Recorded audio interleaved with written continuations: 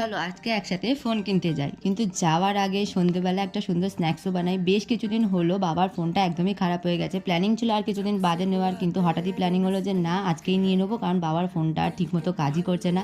তাই সন্ধেবেলায় বেরোনোর প্ল্যানিং হয়েছিল। তাই ভাবলাম সবার ফার্স্টে একটুখানি কিছু স্ন্যাক্স বানিয়ে নিই, আর এখানে বানিয়েছিলাম আলুর পকোড়া আর গরম গরম চা। কারণ বাইরে যেহেতু বৃষ্টি হচ্ছিলো, তাই ভাবলাম একটুখানি খাওয়া দাওয়া কমপ্লিট করে যাই, যাতে বৃষ্টিটাও একটু কমে যাবে।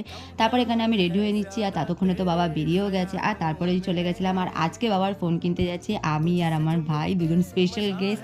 চলে গেছি ফোন কিনতে। গিয়ে তো ওখানে অনেক রকমেরই ফোন দেখিয়েছিল, বাট সেখান থেকে আমাদের ভিভোর এই মডেলটা খুব পছন্দ হয়েছিল, তাই আমরা ভিভোর এই মডেলটা নিয়েছি। নেওয়ার পর এখানে সমস্ত কিছু সেটিং হতে হতে তো বেশ অনেকটা রাত্রি হয়ে গেছে, কারণ বাবার ফোন থেকে অনেক কিছু নেওয়ার ছিল এই ফোনে।